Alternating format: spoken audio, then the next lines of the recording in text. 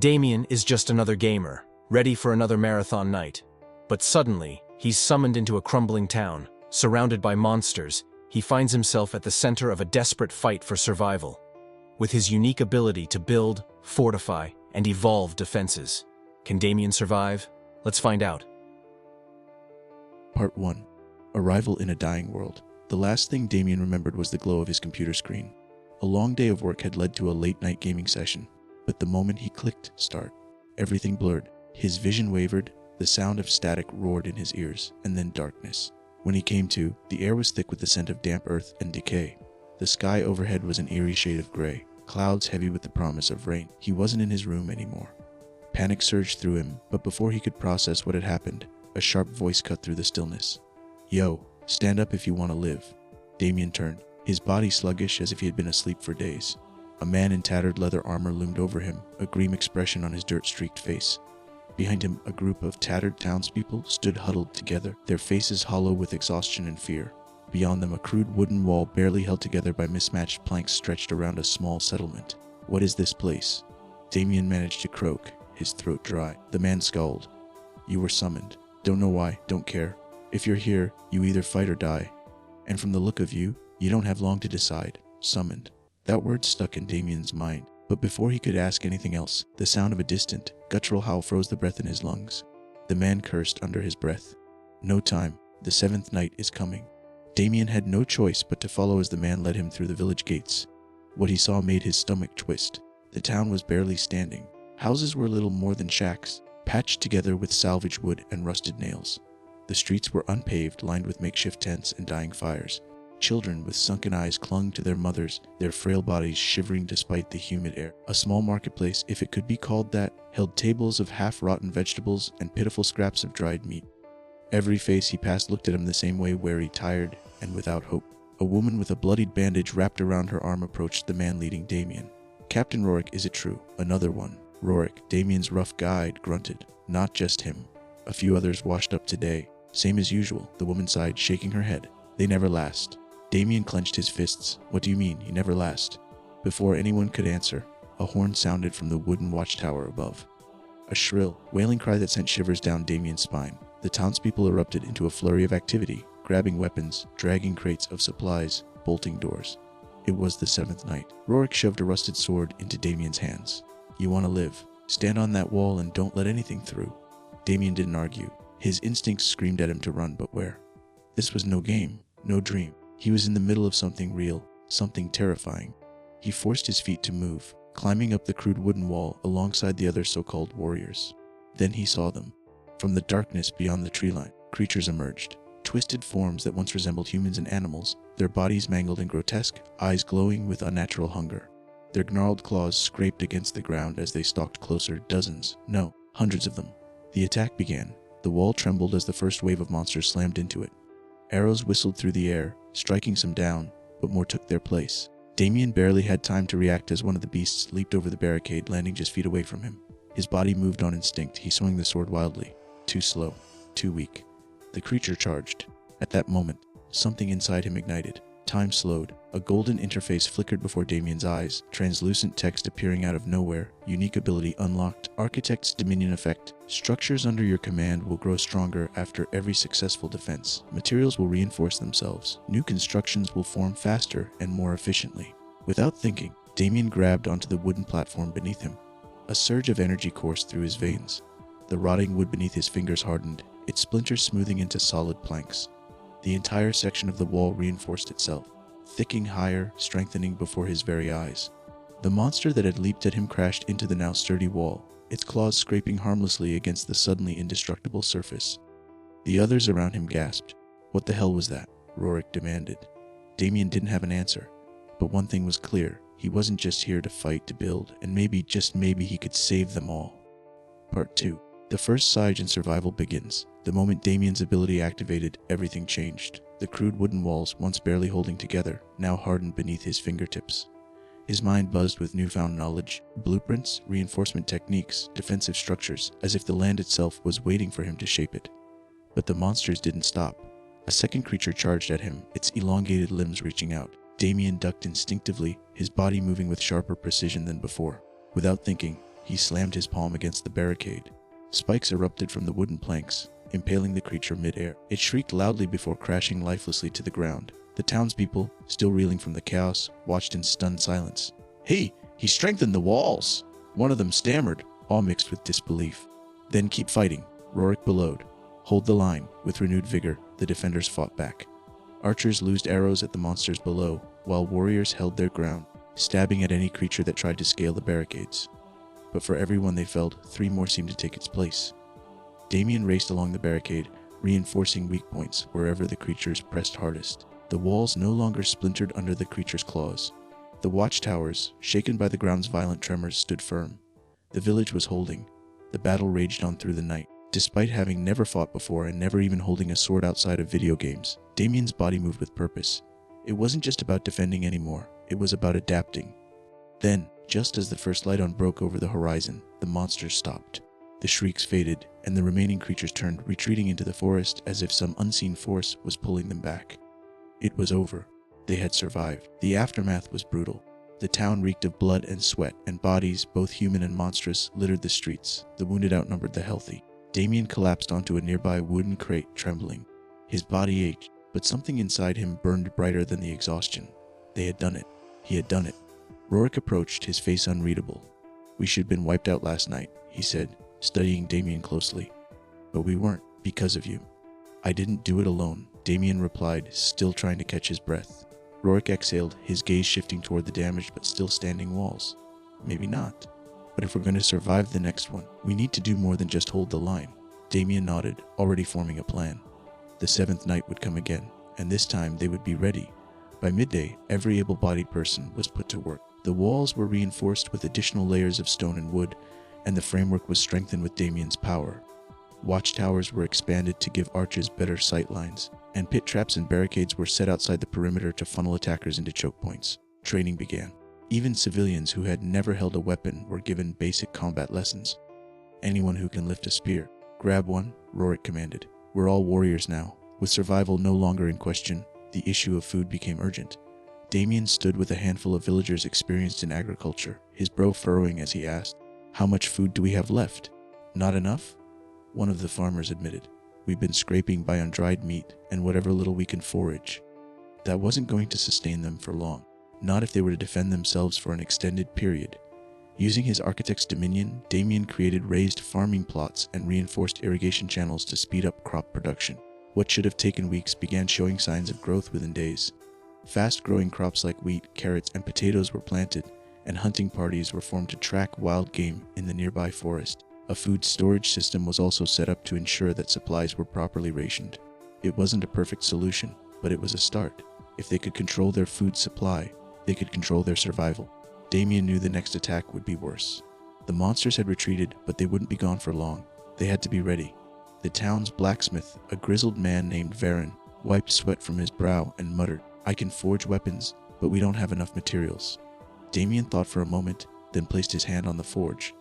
A soft golden glow pulsed through the metal, and suddenly, the materials became more malleable, easier to shape. Varen's eyes widened. "How?" "Just make them stronger," Damian said simply. With Damian's help, the blacksmiths worked faster than ever. Spears were upgraded with metal tips, replacing their crude wooden points. Simple iron armor was crafted for the frontline fighters, and arrows were mass-produced to ensure the archers wouldn't run out during battle. Bit by bit, the town was no longer just surviving, it was becoming a fortress. Just as Damian oversaw the last of the defenses being set up, a strange pulse of energy rippled through him. A familiar golden interface appeared before his eyes, displaying a message. Milestone achieved. First successful defense, unlocking recruitment system. Effect: for every successful defense, new survivors and fighters will be drawn to the settlement. These individuals will bring unique skills and abilities to aid in future battles. Damian blinked in confusion. New survivors. A shout from the watchtower confirmed it. "Someone's coming." Racing to the gates, Damian saw them, a group of 20 worn travelers, carrying whatever belongings they had. Their leader, a hardened warrior with a scar across his cheek, stepped forward. "We saw what happened last night. We saw your walls hold. We want to fight." Damian's heart pounded. The town was growing. His army was growing. The next 7th night was coming, but this time, they wouldn't just survive, they would win. Part 3. The cycle of growth from town to kingdom. The town had come a long way since that fateful first siege. What was once a crumbling, desperate settlement had transformed into a formidable stronghold under Damian's leadership. The walls, reinforced with stone and wood, stood tall and unyielding. The once flimsy barricades now bristled with spikes, traps, and towers, each fortified with the power of Damian's ability. The villagers, once untrained and terrified, had become soldiers. But with each victory, the stakes grew higher, and Damian knew that survival alone would no longer be enough. The town had to evolve, and it had to do so quickly. As each siege passed, the town grew stronger. The recruitment system had brought in survivors from all over the land, each with their own unique skills. The first batch had been simple folk seeking refuge, but as the town's reputation spread, more skilled individuals arrived. Among the new recruits was Alistair, a blacksmith whose forge could create weapons of unrivaled craftsmanship. His skill in metalworking was unmatched, and with Damian's ability to imbue materials with strength, the weapons forged in his workshop became symbols of power. Swords, shields, spears, and armor, all made stronger, sharper, and more durable than ever before. The defenders of the town were now armed with the finest gear available, ready to face whatever the next battle might bring. But it wasn't just blacksmiths who arrived. The knights from neighboring lands came seeking to join the growing force, offering their expertise in combat and tactics. Among them was Sir Kalen, a seasoned warrior who had once served a noble house before it was destroyed by the very monsters that now plagued the world. He became Damian's right-hand man, training the villagers in the art of war, teaching them discipline, strategy, and the importance of unity in battle. Then came the scholars and engineers, men and women whose knowledge of magic technology and the arcane arts expanded the town's capabilities in ways Damian had never imagined. Lucinda, a brilliant mage, helped to unlock the secrets of magical defense.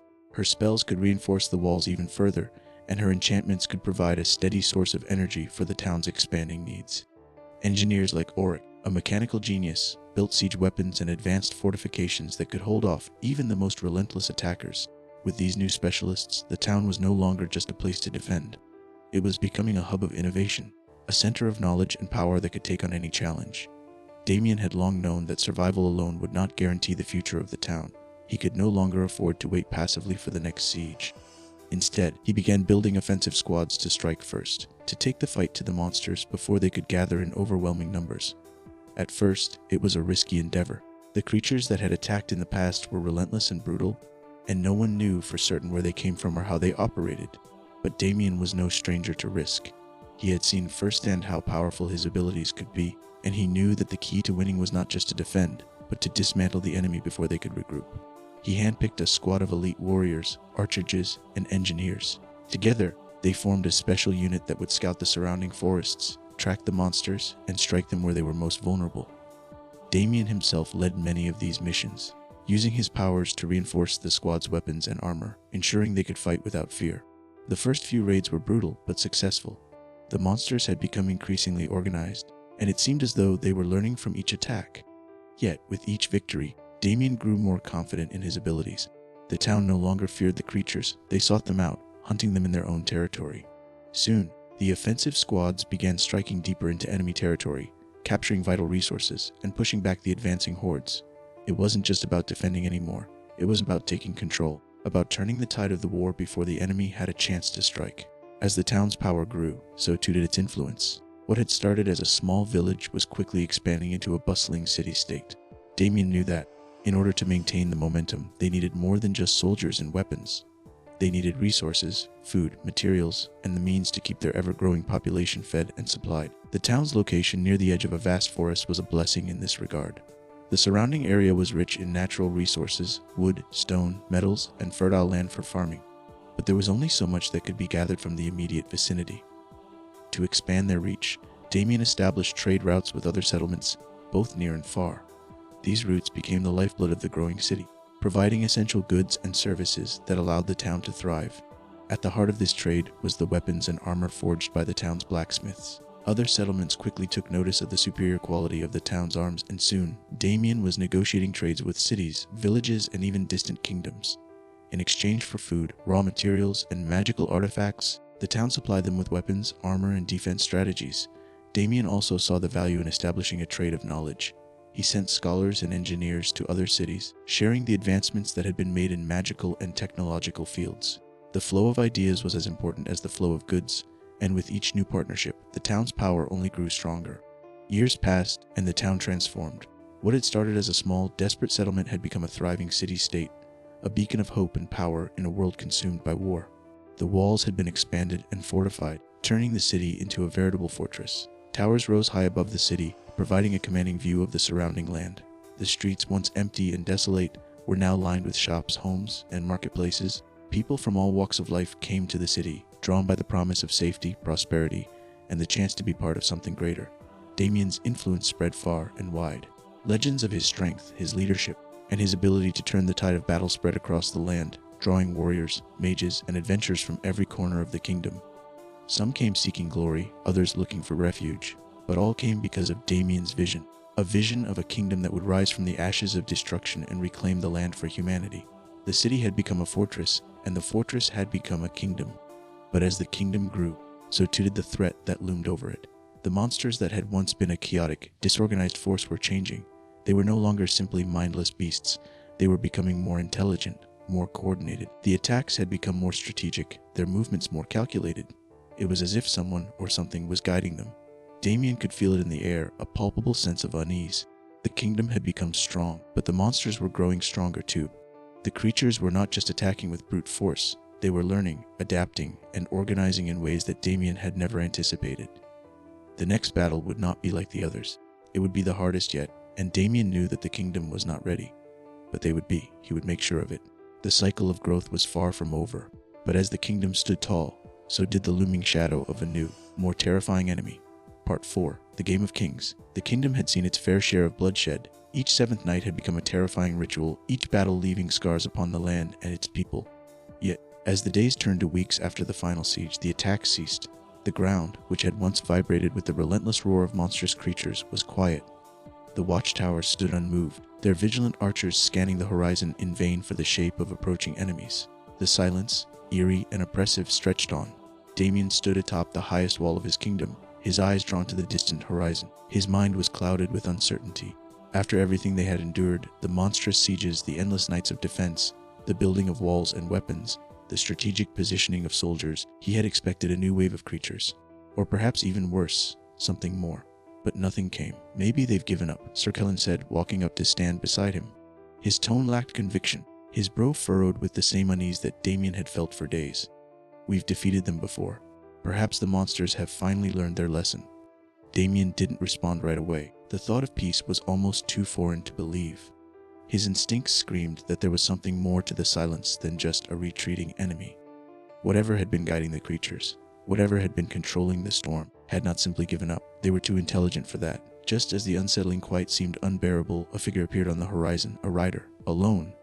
The messenger came at a steady pace, his horse kicking up the dust in the midday heat. Damian narrowed his eyes, instinctively reaching for his sword. It was an unusual sight, a lone rider approaching without the banner of a rival kingdom or the broken sign of a wandering merchant. As the rider drew nearer, Damian could make out the emblem of a crown stamped upon the messenger's chest. The rider was no ordinary traveler. He wore the insignia of one of the neighboring kingdoms.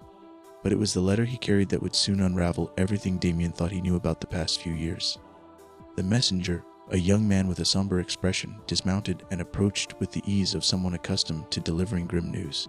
He offered the letter without a word. Damian took it from him, sensing the weight of something beyond simple correspondence. It was thick, sealed with wax, and it radiated an odd, almost oppressive energy from the rulers of the surrounding kingdoms. The messenger said quietly, stepping back, "They bid you read it." Damian broke the seal and unfolded the letter. As his eyes scanned the elegant yet impersonal script, his heart sank, and an icy chill ran down his spine. The letter wasn't a declaration of war. It wasn't even a plea for peace. It was something far stranger, a ledger. The first page listed the names of several different rulers, nobles, and officials from each of the neighboring kingdoms. It contained numbers, wagers, bets on an outcome that Damian couldn't initially comprehend. It took him a moment to understand the true nature of what he was reading. For each name listed, there were rows of numbers corresponding to how long they predicted the current survivor, Damian himself, would last against the monsters. Some had placed bets on his survival, others on his inevitable death, and each wager was calculated by the number of nights they expected him to endure before he fell. There were even notes on the creatures, detailed breakdowns of what his fortress had withstood, and how many more nights they believed he could hold out. His mind spun, trying to process the meaning of it all. This can't be, Damian muttered under his breath, staring at the ledger in disbelief. His hands trembled as the reality began to set in. The messenger watched him silently, his face impassive as he delivered the cruelest truth. They never expected you to survive. The messenger said with a note of finality, his voice carrying the gravity of the moment. You weren't summoned to save the kingdom or to change the course of fate. You were chosen to be part of the game of kings. Damian's world seemed to shift beneath him as the words sank in. A game, the messenger continued. For generations, the rulers of the surrounding kingdoms have summoned outsiders like you, people from other worlds, different times, different lives. They place bets on how long these chosen individuals will survive, all while watching from the safety of their thrones, drinking and laughing as they place wagers. Your battles, your suffering, were never for glory or survival. They were nothing more than entertainment. Damian's eyes narrowed, his grip tightening on the ledger. His thoughts raced as a cold rage burned within him. This is what they'd been doing, using people like him as pawns in their cruel sport. The messenger gave a small, almost sorrowful smile, his words now taking on a darker tone. You were not chosen because of destiny or fate. You were chosen because the rulers wanted someone strong enough to survive just long enough for their amusement. But you, Damian. The messenger's voice grew quieter, as if he were speaking to himself more than to Damian. You weren't supposed to win. They never expected anyone to win. They never expected anyone to have the power you do, to build, to strengthen, to survive. Damian's mind reeled with this new understanding. Everything he had worked for, every victory, every battle fought in the name of defending his people, had been nothing more than a game. The creatures, the sieges, the walls, everything had been designed to entertain the powerful, to provide them with a source of amusement. And what's worse, it wasn't just him they had done this to.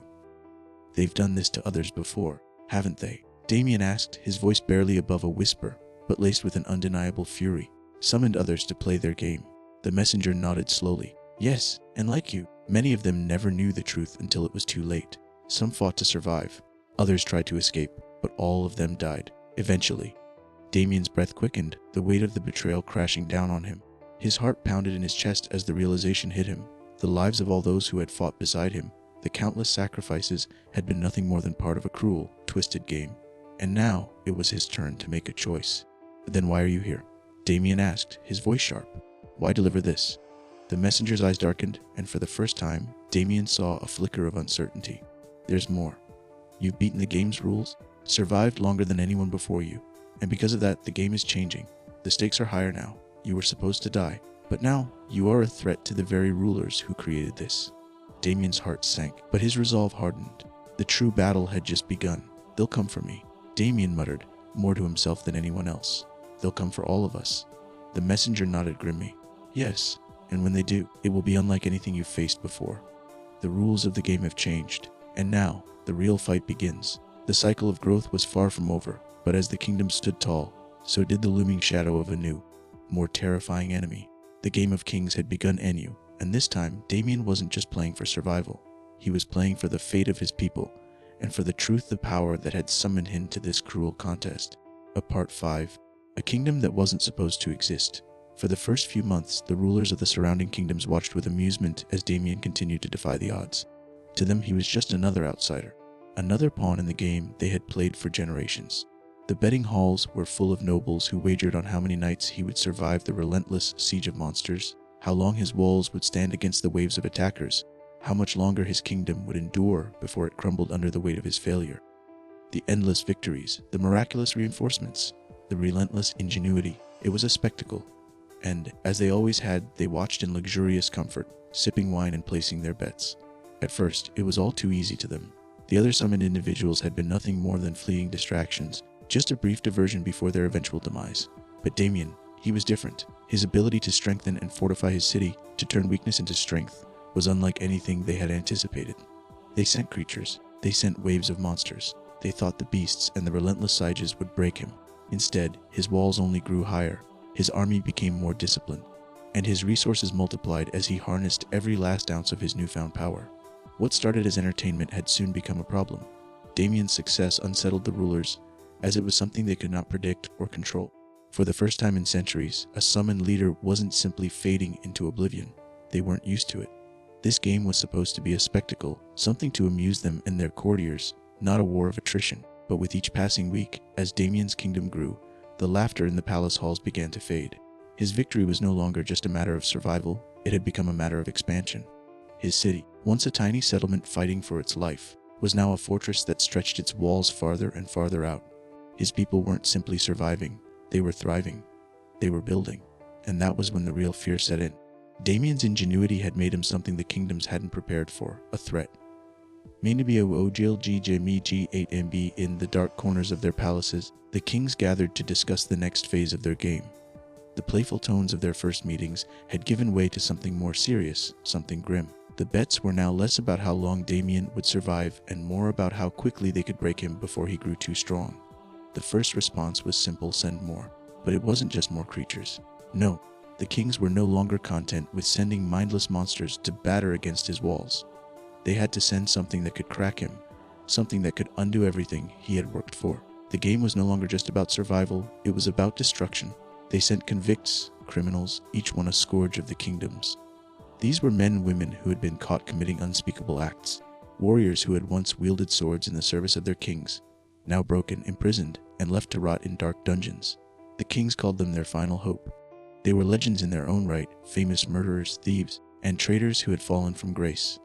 These were the kind of fighters that were meant to break anyone. But Damian didn't flinch.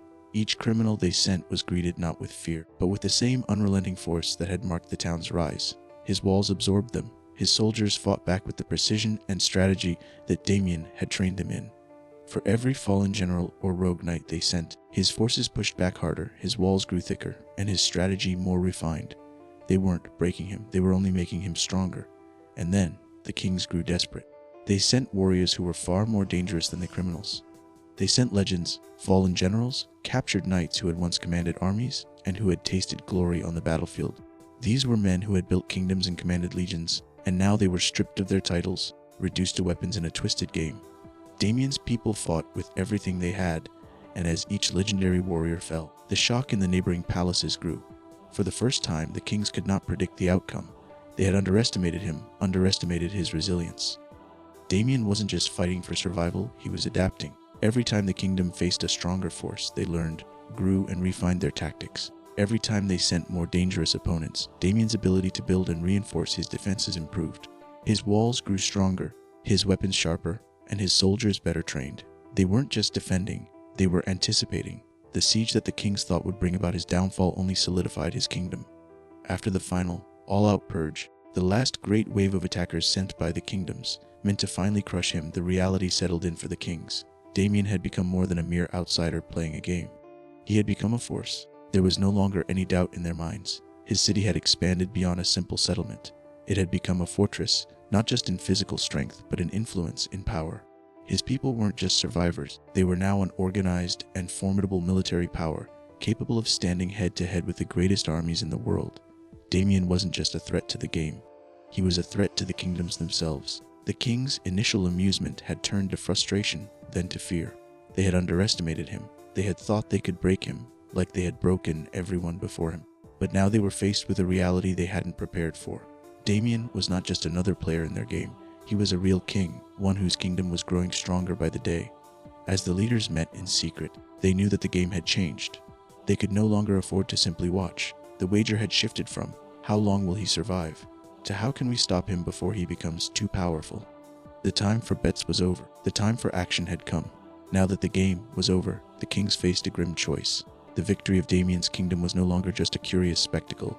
It was a challenge to their very rule. They could either publicly recognize Damian as a legitimate ruler, accepting him as an equal in the eyes of the world, or they could act swiftly and eliminate him, silencing the truth before his people discovered the dark reality behind his summoning. The first option carried dire consequences. Acknowledging Damian's success would be a public admission that the kings had miscalculated, that their entertainment had inadvertently spawned a new and formidable power. To legitimize Damian was to risk undermining their own authority, to open the floodgates for other regions to question their rule. Their kingdoms, built on centuries of control, would now stand vulnerable to this outsider's growing influence. The second option, to end him, seemed the simplest, but it was fraught with peril.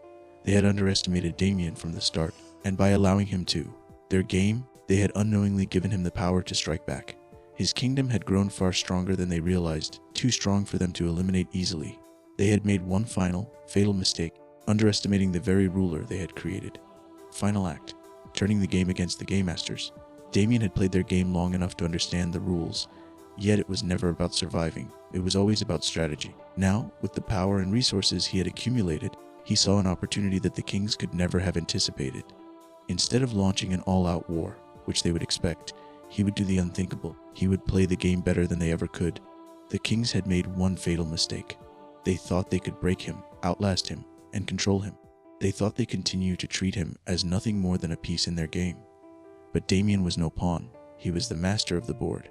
And now he would turn the very system they created against them. Before the kings could make their move, Damian struck first, but in a way they never would have expected. With the strength of his kingdom growing day by day, Damian could have launched an immediate offensive, stormed their borders, and shattered their thrones. It would have been the most straightforward path to vengeance and justice. But that was exactly what they would have anticipated. Instead, Damian chose a far more insidious route. He played the long game. He sent a formal message to the surrounding kingdoms, an open letter addressed to all the ruling monarchs. In it, he wrote that he recognized their authority and was willing to negotiate. He expressed his desire for peace, claiming that the years of bloodshed had taken a toll on both sides and that the time had come for diplomacy. He went so far as to request an invitation to a grand summit where all the rulers would gather to discuss matters of mutual concern. It was the epitome of submission, the ultimate gesture of peaceful intention. He even included humble words, professing that he was ready to work together with the kings for the future prosperity of all the realms. To the kings, it seemed like an easy victory. Damian was surrendering, acknowledging their superiority. They could taste it, the power they had over him, the victory that eluded them for so long. It was the final act of the game. They believed that by offering him a seat at the table, they had regained control, that they had broken him. But what they didn't know was that Damian had already set a trap. While they celebrated in their perceived victory, he was carefully positioning his pieces, gathering information, and plotting his next moves. The kings believed they had won. Damian was now just another piece in their game, a trophy for their court, a chosen one who had survived the trials. They believed he would play his part as a vassal, a ruler who bent the knee and swore fealty to the true kings of the realm. The invitation to the Grand Summit was sent, and Damian was ushered to the heart of their kingdoms. The rulers paraded him around, displaying him as their prize, proof of their dominance and power over the summoned challengers. He was shown off as a symbol of their mercy, a leader who had been broken by their system and now served at their pleasure. The kings lavished him with titles, wealth, and land, all designed to tie him to their empires and ensure his loyalty. They believed that with every gesture of kindness, every grant of power, they were making him weaker, reinforcing his dependence on their rule. They offered him an army, resources, and control over a strategic region, all to keep him in check. It was their way of ensuring that Damian would never dare to challenge their authority again. But what they didn't see was the methodical way in which Damian moved through their courts. He never let them see the true extent of his thoughts. Instead, he played the part of the obedient vassal, the grateful survivor, and the loyal ally. He smiled when necessary, nodded in agreement, and kept his true feelings hidden behind a mask of humility. While they showered him with gifts and praise, Damian turned his attention inward. He studied the very systems that had been used to oppress him, and he learned them inside and out. He carefully examined each kingdom's structure, its economy, its military, and, most importantly, its hidden weaknesses. He walked through the bustling trade districts of their cities, noting how resources flowed and who held the purse strings. He observed the military formations, identifying cracks in their cohesion and discipline. He spoke to generals and advisors, never revealing his true intent, but always probing for weaknesses, for the little pieces of corruption or inefficiency that always crept into even the most powerful of empires. Damian didn't need their resources. He didn't need their armies.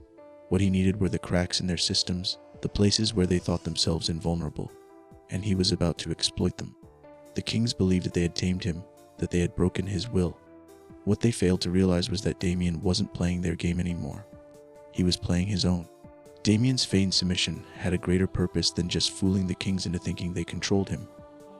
It was a way to position himself within their inner circles, to gather the most crucial information without raising suspicion. By entering their courts and becoming a player in their system, he was now aware of secrets that no outsider had ever seen. He was a ruler among rulers, but he was also the observer. He saw how fragile their alliances were, how tenuous their peace was. He noted the discord among the ruling houses, the tensions that simmered just below the surface, and how easily they could be manipulated. And Damian, with the strategic mind that had served him so well in building his own kingdom, was beginning to piece together a plan, one that would turn their game against them, one that would break their power before they even knew what was happening. The kings had made a fatal assumption. They thought they controlled him, but they had underestimated his cunning. Every step they took to bind him to their empire only served to bind them closer to his trap. Now, as he sat at the Grand Summit, surrounded by the rulers of the world, Damian's true intentions began to take shape. He was no longer a pawn, no longer an outsider in their game. He was the one holding the pieces, the one in control of the board. The time for Fiend's submission was over. The game was about to change, permanently. Damian had spent months in the courts of the rulers, smiling, nodding, playing his part. But now, in the midst of their luxurious halls, behind every gilded door and velvet curtain, he saw something far more important. The kings didn't trust each other. They were not united as they seemed. Each one feared the others, fearful that their neighbors would grow too strong and take what was theirs. Damian had already discovered the fractures in their alliances, the petty conflicts, the lingering suspicions. Each king had his own secret ambitions, and none of them were truly secure. This was a weakness Damian knew how to exploit. Where they saw power, he saw division. He began to subtly see doubt, feeding each king's paranoia about their fellow monarchs. It was easy. With his position within their courts, he was aware of the smallest whispers of discontent, and he used it all to his advantage. A hushed conversation between two lords in the palace. He'd twist it, exaggerate the implications, and send it off to the other kings as a supposed betrayal. A stray comment about a neighboring kingdom's military expansion. He'd magnify it, making it seem like an act of war, and feed it to the spies. With each passing week, the kings began to doubt each other more and more. As their paranoia grew, they pulled forces away from their borders to safeguard their thrones. Guards were doubled at the gates, and diplomatic missions became more tense, more hostile. Treaties that had once seemed solid started to fray, each monarch blaming the other for potential treachery. They could no longer trust one another, and it was beginning to show in their actions. Damian's manipulations were working. The balance of power in the kingdom was slipping. In their efforts to protect themselves from imagined threats, the rulers had unknowingly started weakening each other. Their borders grew thinner, their armies less unified. Each king focused more on internal defense, isolating their empire from each other. In their fear of betrayal, they were tearing themselves apart. But Damian didn't stop there. He knew that the rulers' power was not just in their armies or their wealth, it was in their control over the people. For years, the kings had ruled through fear, keeping the truth hidden from their citizens. They controlled information, manipulated history, and maintained a carefully constructed image of themselves as benevolent rulers, protectors of the realm. It was a face Damian was now determined to tear down.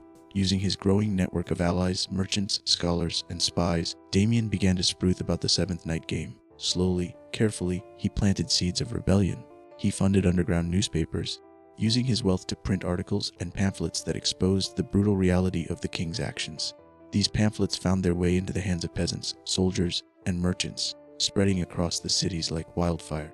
At first, it was small whispers, rumors that passed through the back alleys and smoky taverns. But soon the truth began to take root. People learned of the king's cruelty, how they had used prisoners, men and women from the dungeons, criminals, traitors, as nothing more than fodder in a cruel game. They had pitted these innocent lives against each other for sport, wagering on how long they would survive. The people of the kingdoms were horrified. Many had family members or loved ones who had disappeared only to be sent to the games, as fodder. They'd never known why, and now the truth was clear. Damian didn't just rely on rumors. He used his spies to infiltrate the courts and spread leaks from within. Every time one of the kings made a mistake, he was there, watching, waiting to exploit it. A decree calling for the sacrifice of more criminals, leaked to the public in the form of a pamphlet with a blood-stained cover. A new round of prisoners being selected for the next game. A note slipped into the hands of workers, delivered with the promise of a reward. As the truth spread, public opinion shifted dramatically. What was once a population in fear began to rise against the very system that had oppressed them.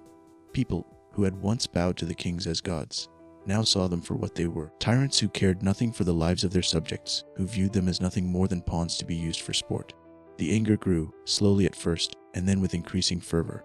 Riots broke out in cities, small at first, then growing in scale. The common people, those who had once been powerless, now had the truth on their side.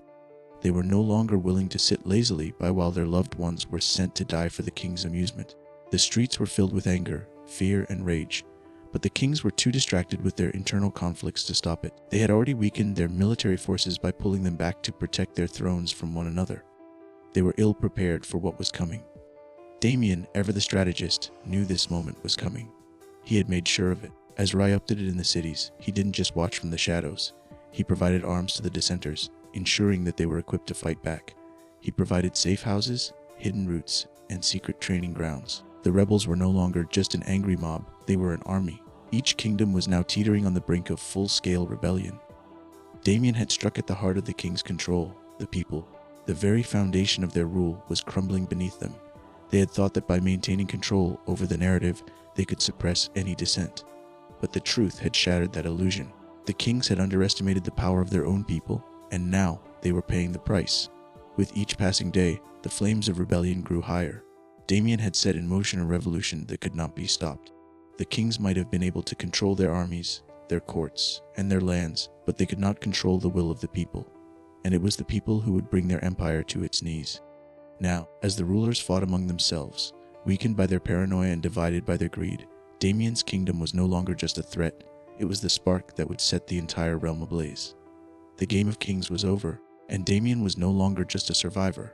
He was the master of a new game, and this time, the rules would be his. By the time the rulers realized what was happening, it was already too late. The once unified empire was now a patchwork of broken kingdoms, each ruled by paranoid kings who were too busy guarding their thrones to notice the cracks that had formed in their power. The armies they had stretched thin, fighting one another, curbing rebellions, and defending against external threats, were exhausted. There was no unity left. Forces that should have been used to defend borders were now guarding palaces, castles, and personal wealth, leaving the kingdoms vulnerable to the rising storm. Damian had long known this moment would come. He had studied the rulers, learned their weaknesses, and understood their system. What they had never realized was that the greatest weapon Damian possessed wasn't his walls or his army, it was his ability to turn their own system against them. As the days wore on, more and more of the kings, trusted advisors, knights, and commanders began to question their loyalty. Some had already seen the truth, others were swayed by the growing unrest among the people, and still others began to see Damian as the stronger, more capable ruler. They didn't want to fight for kings who had grown mad with paranoia and greed. Instead, they began to switch sides quietly, subtly, and without fanfare. They had no need for the kings any longer. It started with small betrayals, a general in one kingdom who quietly shifted allegiances, a trusted advisor in another who handed over documents and secret plans to the rebels. One by one, the pillars of the old regime crumbled. The kings, who had once been so secure in their power, found their loyalists slipping away, and with each defection, their grip on their thrones weakened. The kings tried to hold on to what little power they had left, but the more they clung to their thrones, the more they alienated their people, their soldiers, and even their closest allies. Their fear of betrayal spiraled into paranoia, and they became increasingly isolated. The armies, once loyal and strong, turned into fractured forces, incapable of responding effectively to the chaos sweeping through their kingdoms. As the final king fell, some to rebellion, others to betrayal, it was clear that Damian had never needed to raise an army. He had let them destroy themselves. The rulers who had played their game for centuries had fallen victim to their own manipulation. Their fear of losing control had driven them to destroy each other, and it was that very fear that had brought about their end. They had underestimated the power of the people and the true threat posed by a leader who understood the game better than they ever had. Damian had never wanted to conquer through force. His victory came not through bloodshed, but through strategy, patience, and a deep understanding of how power worked. He had given them the illusion of control, fed their paranoia, and watched as they tore each other apart. The end of the kings was inevitable, and it came not because of a final battle, but because Damian had expertly and quietly orchestrated their collapse from within. Prologue, Damian's New World Order. With the old rulers gone, the world was free from their tyranny. But instead of declaring himself emperor, Damian took a different approach. He understood that true power was not in ruling with an iron fist, but in creating a world where the people had the chance to choose their own destiny. In the ashes of the old kingdoms, a new world began to emerge. Damian didn't impose his own rule over the lands. He didn't crown himself king, nor did he claim dominion over all the territories that had once been ruled by the kings. Instead, he let the people decide their fate.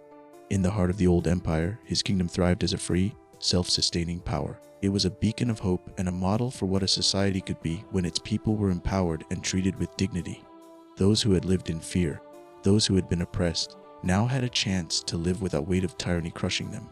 Some of the former kingdoms fractured into independent city-states, each governed by their own councils or elected leaders, freed from the centuries of monarchical rule. These city-states became thriving hubs of trade, culture, and innovation. They were autonomous, self-governing, and driven by the will of their people. Others chose to unite under a more just rule, one that had learned from the mistakes of the past. They came together not through conquest, but through mutual understanding, respect, and a shared desire for peace. Damian's influence had been crucial in guiding this process, but he did not force it. He let the people come together on their own terms, creating alliances based on trust and cooperation, not fear. In this new world, the principles of justice, equality, and freedom were held above all else. The horrors of the past, the games, the betrayals, and the manipulations of the kings became a distant memory, a lesson in what not to do. People began to rebuild their lives, their communities, and their future. But Damian was not simple. He knew that corruption was a constant threat. The same forces that had driven the old kings to tyranny could rise again, given the right circumstances.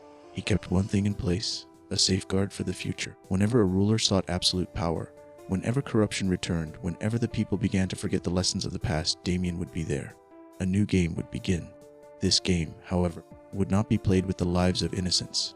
It would not be fought on the backs of prisoners or criminals. Instead, it would be a test of leadership, of strategy, and of the will to protect the people.